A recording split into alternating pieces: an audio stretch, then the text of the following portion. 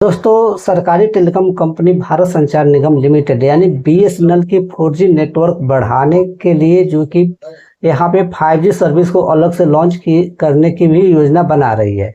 BSNL ने अगले 5 वर्षों में 77,000 करोड़ रुपए से जो कि कैपिटल एक्सपेंडिचर का जो कि परियोजन किया है। पिछले जो कि कुछ वर्षों में वित्तीय मुश्किलों का सामना कर रही है।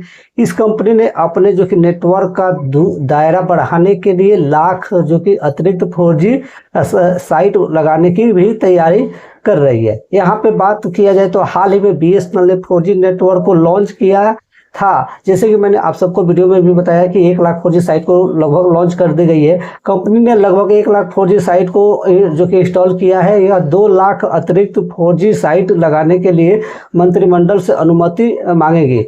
और यहाँ पे कम्युनिकेशन जो कि यहाँ पे बात किया जाए तो कुछ टेक्नोलॉजी पर संसद से जो कि समिति का एक लिखित जवाब में जो कि टेलीकॉम डिपार्टमेंट ने यह जानकारी दी है कि हालांकि रिलायंस, जियो और भारतीय एयरटेल ने बड़ी प्राइवेट टेलीकॉम कंपनी की तुलना में जो कि बीएसएनएल का एवरेज रेवेन्यू पर जो कि ARPU बहुत कम जो कि देखने को मिलता है। वहीं बात किया जाए तो मौजूदा वित्त वर्ष की पहली तिमाही में बीएसएनएल का रेवेन्यू लगभग जो कि 10% तक बढ़ा है। कंपनी की पहली तिमाही में जो कि ऑपरेशंस से जो कि रेवेन्यू 4,418 करोड़ रुपए रहा है। पिछले वित्तीय वर्ष में समान अधिक जो कि अवधि में यह लगभग 4,017 करोड़ रुपए का था। हाल ही में जो कि टेलीकॉम मिनिस्टर ज्योतिरादित्य सिंधिया जी ने बताया कि कंज्यूमर मोबिलिटी और जो कि इंटरप्राइज बिजनेस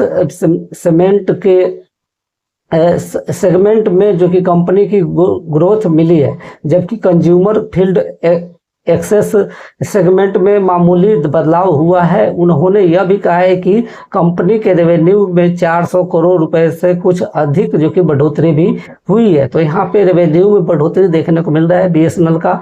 और साथ ही पहली तिमाही में बीएसएनएल के ARPU में भी जो कि बढ़ोतरी हुई है और यह जो कि 102 रुपए प्रति जो कि माह का है। और केंद्र ने बीएसएनएल की जो कि सर्विस में सुधार के साथ डिजिटल एक्सेस को बढ़ाने के लिए योजना बनाई है।